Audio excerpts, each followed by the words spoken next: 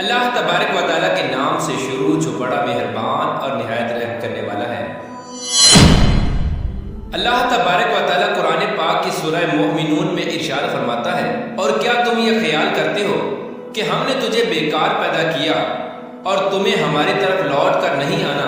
پیارے دوستو، کیا آپ جانتے ہیں کہ جس دنیا کے اندر ہم جی رہے ہیں یہ ایک دھوکہ ہے، اور یہ خوبصورت اور دلکش نظر آنے والی دنیا ہماری آنکھوں پر ڈالا ہوا ایک پردہ ہے۔ اس پردے کے پیچھے کا منظر بہت ہی خوفناک اور ہیبت ناک ہے۔ جب انسان مر جاتا ہے تو اس وقت انسان کی آنکھوں سے یہ پردہ ہٹ جاتا ہے۔ تب مرنے والا انسان ایک نئی دنیا کو دیکھتا ہے جو اس کی حقیقی اور اصل دنیا ہوتی ہے۔ اس بات کے اندر کوئی شک نہیں کہ ہر انسان کو اس خوبصورت نظر آنے والی دنیا کو چھوڑ کر اپنی حقیقی دنیا کی طرف ضرور جانا ہے۔ اس دنیا میں داخل ہونے کے بعد کبھی بھی انسان اس دنیا میں لوٹ کر نہیں آئے گا۔ پیارے دوستو، کیا آپ جانتے ہیں کہ جب انسان کی موت کا وقت قریب آ جاتا ہے تو مرنے سے 40 دن پہلے انسان کے ساتھ کیا ہوتا ہے؟ مرنے سے 40 دن پہلے فرشتے اس مرنے والے انسان کے بارے میں کیا کہتے ہیں، اور آسمان پر انسان کی موت کا فیصلہ کس طرح کیا جاتا ہے، اور روح نکالنے والے فرشتے انسان کے پاس آ کر کیا کہتے ہیں؟ میرے دوستو، ان تمام تر سوالات کے جوابات قرآن و حدیث کی روشنی میں آج کی اس ویڈیو میں ہم آپ کو بتائیں گے، لہذا آپ سے گزارش ہے کہ ہماری اس ویڈیو کو اینڈ تک ضرور دیکھیے گا۔ پیارے دوستو، اللہ تبارک و تعالیٰ نے قرآن پاک میں انسان کی تخلیق کا مقصد بیان فرما دیا کہ ہم نے انسان کو صرف اور صرف اپنی عبادت کے لیے پیدا کیا، اور ساتھ ہی اللہ تبارک و تعالیٰ نے انسان کی موت کی گھنٹی بھی بجا دی کہ ہر انسان کو مرنے کے بعد ہماری طرف لوٹنا ہے اور اپنے اعمال کا بدلہ لینا ہے۔ پیارے دوستو، اللہ تبارک و تعالیٰ کے عرش کے نیچے ایک درخت ہے جس کا نام شجرۃ المنتہا یا سدرۃ المنتہا ہے۔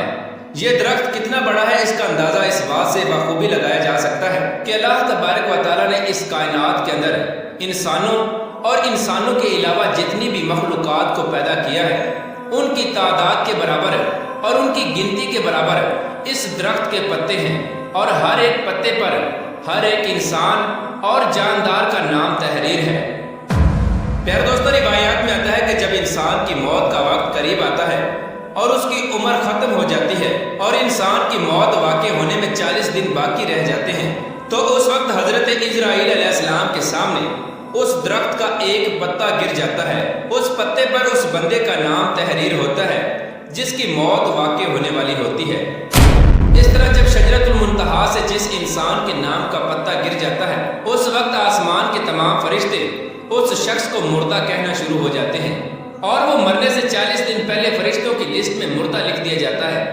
پیارے دوستو، اس طرح وہ انسان جس کے نام کا پتا گر چکا ہوتا ہے وہ دنیا میں 40 دن تک زندہ رہتا ہے، اور جب اس کی زندگی کے 40 دن پورے ہو جاتے ہیں تو ملک الموت علیہ السلام اس کے پاس آتے ہیں اور اس شخص کے سامنے آ کر بیٹھ جاتے ہیں۔ اس وقت بندہ اپنی بیماری کی تکلیف میں ہوتا ہے۔ جب وہ ملک الموت علیہ السلام کو دیکھتا ہے تو ان کو دیکھ کر گھبرا جاتا ہے اور ان سے پوچھنے لگتا ہے کہ تم کون ہو؟ تو حضرت ملک الموت علیہ السلام کہتے ہیں کہ میں ملک الموت ہوں اور میں تمہاری روح قبض کرنے کے لیے آیا ہوں۔ پیارے دوستو، ملک الموت علیہ السلام کی یہ بات سن کر وہ مرنے والا شخص اپنے منہ کو پھیر لیتا ہے اور اس وقت اس کی آنکھیں پتھرا جاتی ہیں۔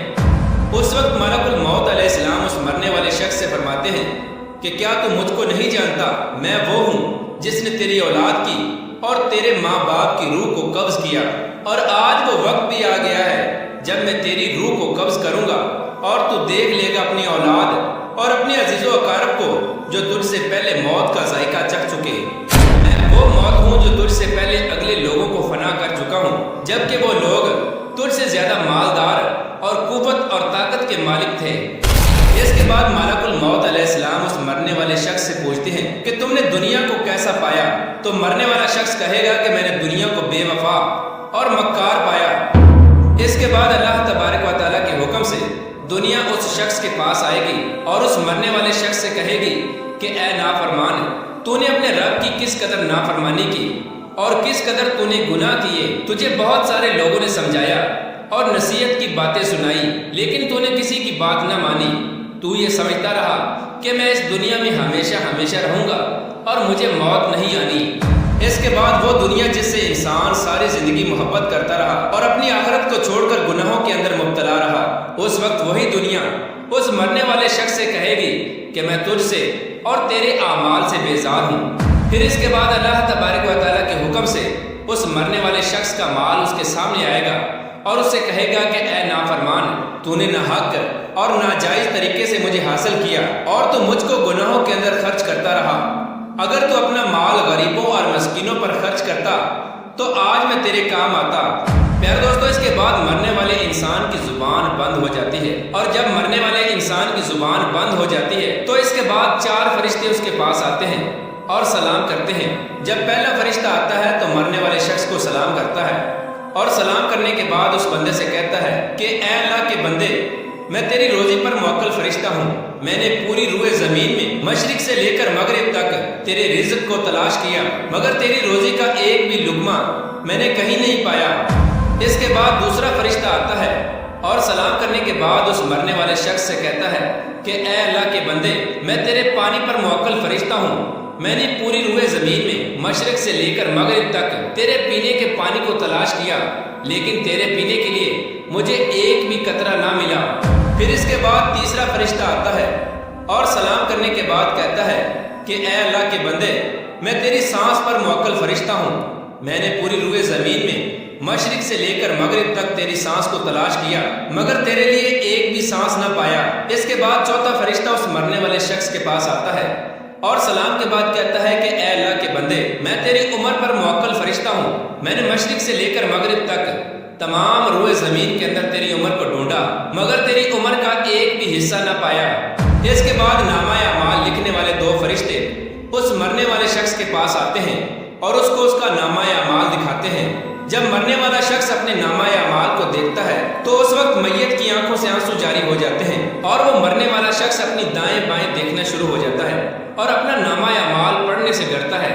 اس کے بعد ملک الموت علیہ السلام اللہ تبارک و تعالیٰ کے حکم سے اس شخص کی روح کو قبض کر لیتے ہیں، اور اس طرح وہ مرنے والا شخص جو اس دنیا کو اپنا سب کچھ سمجھتا رہا، وہ اس دنیا کو چھوڑ کر اپنی حقیقی دنیا میں چلا جاتا ہے۔